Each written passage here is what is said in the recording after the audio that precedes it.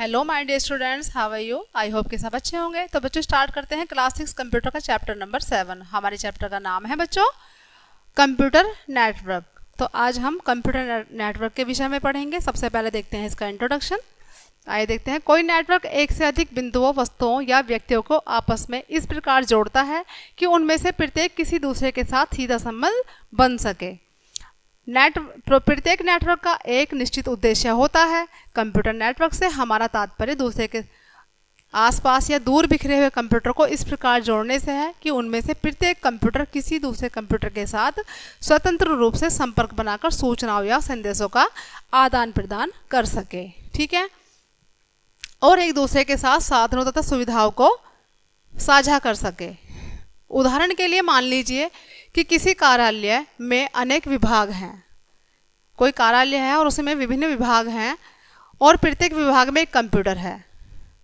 यदि हम उन कंप्यूटर को आपस में किसी तरह इस प्रकार जोड़ दें कि किसी भी कंप्यूटर से कार्यालय के किसी भी अन्य कंप्यूटर को डाटा भेजना संभव हो, तो वह कंप्यूटर नेटवर्क कहा जाएगा। साथ के चित्र में एक साधारण कंप्यूटर नेटवर्क दिखाया गया है। यहाँ पर देख पा रहे हैं बच्चों,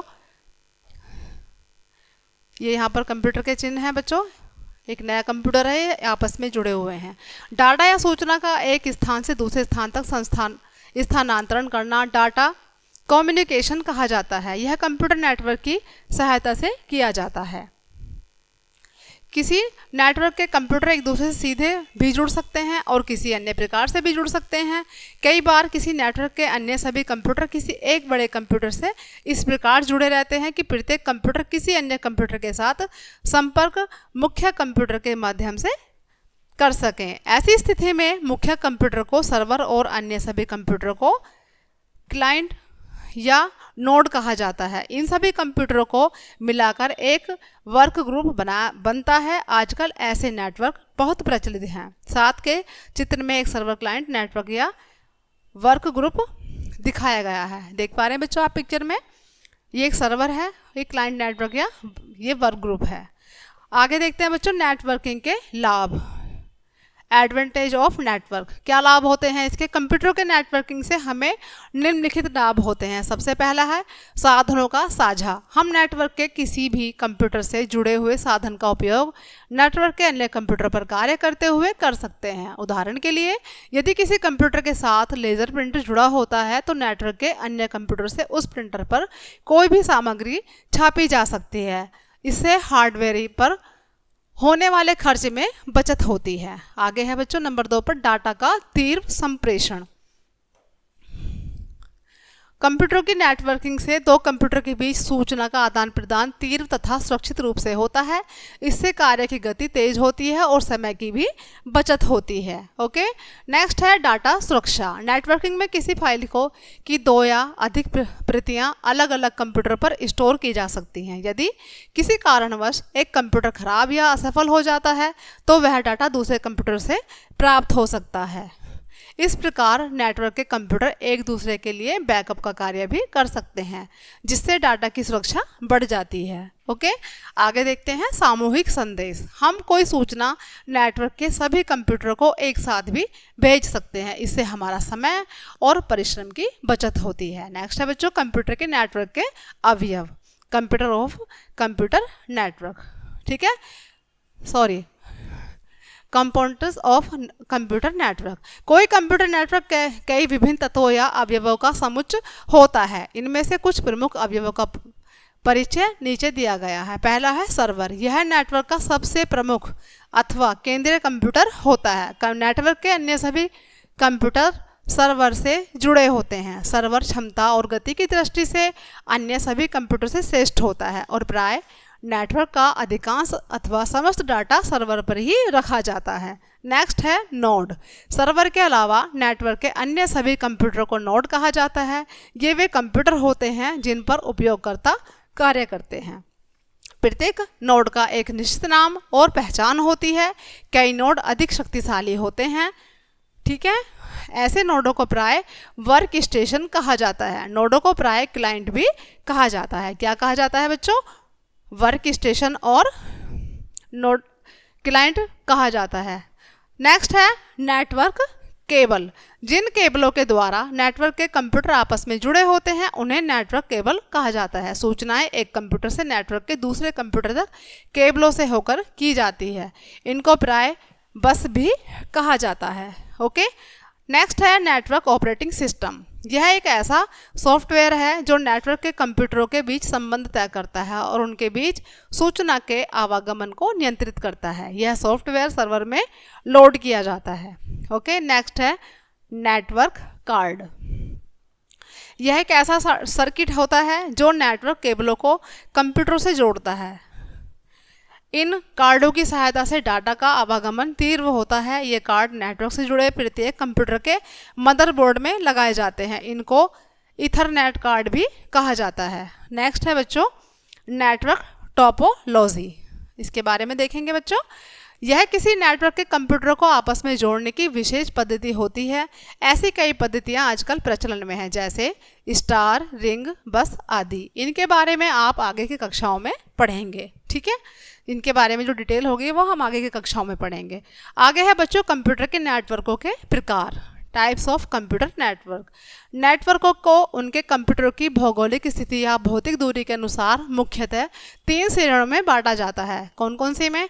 local area network, metropolitan area network और वाइड एरिया नेटवर्क। सबसे पहले है बच्चों लोकल एरिया नेटवर्क। ऐसे नेटवर्कों के सभी कंप्यूटर एक सीमित क्षेत्र में स्थित होते हैं। यह क्षेत्र लगभग 1 किलोमीटर की सीमा में होने चाहिए, जैसे कोई बड़ी बिल्डिंग या बिल्डिंगों का समूह।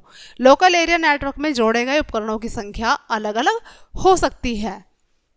इन उपकरणों को किसी संचार केबल द्वारा जोड़ा जाता है। ठीक है, लोकल एरिया नेटवर्क के द्वारा कोई संगठन अपने कंप्यूटरों, टर्मिनलों, कार्यस्थलों तथा अन्य बाहरी उपकरणों को एक दक्ष तथा मितव्ययी विधि से जोड़ सकता है ताकि वे आपस में सूचनाओं का आदान प्रदान कर सकें तथा सबको सभी साधनों का लाभ मिल सके। आगे है बच्चों मेट्रोपॉलिटन एरिया नेटवर्क।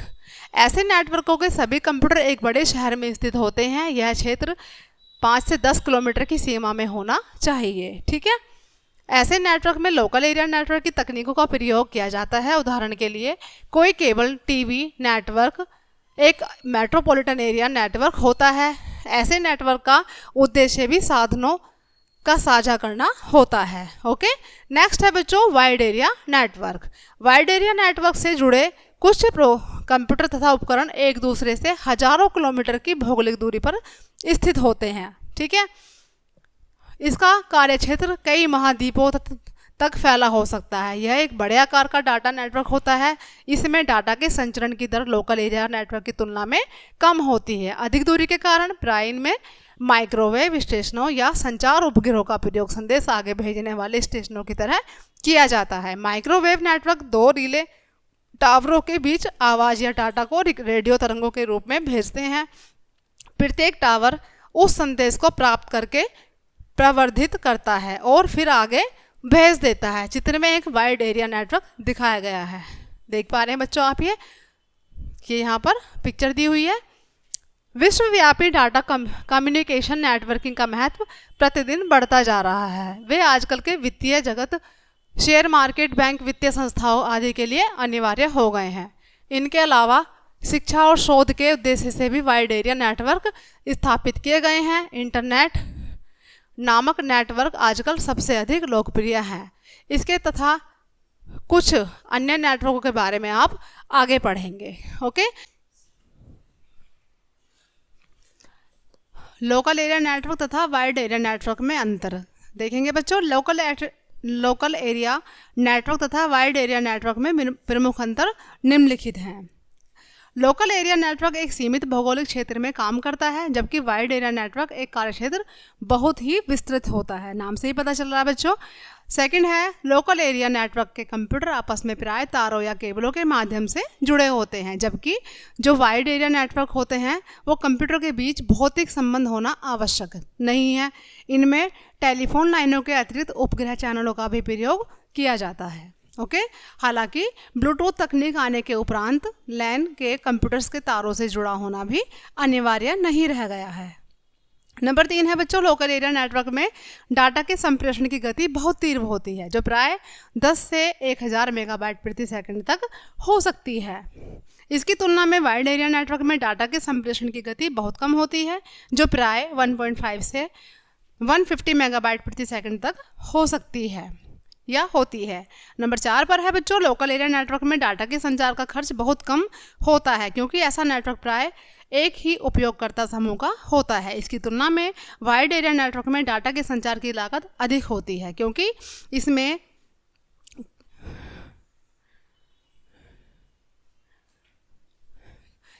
किराए पर ली गई टेलीफोन लाइनों अथवा संचार उपग्रहों का उपयोग किया जाता है। नंबर 5 है बच्चों, लोकल एरिया नेटवर्क में कंप्यूटरों के बीच भौतिक दूरी कम होने के कारण डाटा के संचार में गलतियों की संभावना लगभग शून्य होती है। इसकी अपेक्षा वाइड एरिया नेटवर्क में भौतिक दूरी अथवा अधिक होने तथा सीधा भौतिक संबंध न होने के कारण डाटा के संचार में गलतियों की संभावना अधिक रहती है। नंबर 6 है बच्चों, किसी लोकल एरिया नेटवर्क का उद्देश्य प्राय सीमित होता है और वे किसी विशेष संस्था के उपयोग के लिए ही बनाए जाते हैं। इसकी तुलना में वाइड एरिया नेटवर्कों का उद्देश्य अधिक व्यापक होता है। आगे देखते हैं बच्चों नेटवर्कों का उपयोग। अब हम जो नेटवर्क होते हैं उनका उपयोग कैसे करते हैं देखते हैं। पहले यातायात या आवागमन के तेज साधनों को देखकर लोग कहा करते थे कि दुनिया अब बहुत छोटी हो गई है। उस समय यह बात भले ही आंशिक सत्य हो, लेकिन अब कंप्यूटर नेटवर्क के अस्तित्व में आ जाने के बाद यह निश्चयपूर्वक कहा जा सकता है कि दुनिया अब वास्तव में छोटी हो गई है। इसका कारण यही है कि नेटवर्कों के माध्यम से हम आज दुनिया के हर कोने तक पहुंचकर तत्काल सूचनाएं प्राप्त करने में समर्थ हैं, वह भी केवल अपने कमरे में बैठे हुए। ओके, यूँ तो दुनिया में नेटवर्कों और उनके उपयोगी की संख्या बहुत अधिक हो गई है, लेकिन उन सब का परिचय देना न तो हमारे लिए संभव है और न ही उसकी आवश्यकता ही है। यहाँ हम केवल कुछ चुने हुए उपयोगों के बारे में बता रहे हैं। देखते हैं बच्चों इलेक्ट्रॉनिक मेल या ईमेल। जैसा कि इसके नाम से ही पता चलता है कि यह एक ऐसा सिस्टम है जिसमें किसी डाटा संचार नेटवर्क इंटरनेट के माध्यम से पत्रों का संप्रेषण किया जाता है। इसमें कोई पत्र, अनुस्मारक या जो कुछ भी नेटवर्क से जुड़े हुए कंप्यूटर या टर्मिनल पर टाइप किया जा सकता है, नेटवर्क से जुड़े किसी दूसरे व्यक्ति के कंप्यूटर को भेजा जाता है, यहाँ जहाँ उसे वीडियो पर दिखाया जाता है ताकि जो संबंधित व्यक्ति होते हैं उसे पढ़ सकें। ठीक है, सामान्य रूप से इस प्रकार भेजी गई सूचना या संदेश को हार्ड डिस्क पर एक निश्चित स्थान पर, जिसे मेल बॉक्स कहते हैं, स्टोर कर दिया जाता है ताकि प्राप्तकर्ता जब चाहे उसे पढ़ सके। यह संचार की बहुत ही सस्ती विधि है। साधारण मेल की तुलना में ईमेल से हमें अनेक लाभ होते हैं, जैसे यह तत्काल पहुंच जाती है, इसको प्राप्तकर्ता कभी भी खोलकर देख सकता है, इसमें कोई भी खर्च नहीं होता, इसमें पाठ्य के अलावा विचित्र वीडियो और ध्वनि फाइलों का भी अटैच करके भेजा जा सकता है। आगे है बच्चों इंटरनेट। इंटरनेट इस समय दुनिया का सबसे बड़ा और सबसे लोकप्रिय नेटवर्क है, आप सभी को पता है इस बारे में। संसार के लगभग सभी नेटवर्क इंटरनेट से जुड़े हुए हैं। इसी तरह नेटवर्कों का भी नेटवर्क है। इस समय दुनिया के 5 करोड़ से भी ज़्यादा लोग इसकी सेवाओं का लाभ उठा रहे हैं। ओके, इंटरनेट ने विभिन्न देशों के असंख्य नेटवर्कों को एक साथ जोड़कर सूचना प्रौद्योगिकी में विश्वव्यापी क्रांति कर दी है। इसके द्वारा दुनिया भर के किसी भी कंप्यूटर या उसमें भरी हुई वेबसाइट से जुड़ना उतना ही सरल है जितना कोई टेलीफोन नंबर डायल करना। यही इंटरनेट की विश्वव्यापी लोकप्रियता का रहस्य है। इंटरनेट पर अनेक प्रकार की सुविधाएं उपलब्ध हैं, जिनमें से मुख्य निम्नलिखित हैं। इनके बारे में देखेंगे बच्चों। पहला है ईमेल। इसके बारे में हम पिछले पैराग्राफ में भी पढ़ चुके हैं। नेक्स्ट है वर्ल्ड वाइड वेब। यह एक ऐसा डाटाबेस है जो विश्व भर में फैला हुआ है। इंटरनेट का कोई भी उपभोक्ता इस डाटाबेस के माध्यम से सूचनाएं प्राप्त कर सकता है।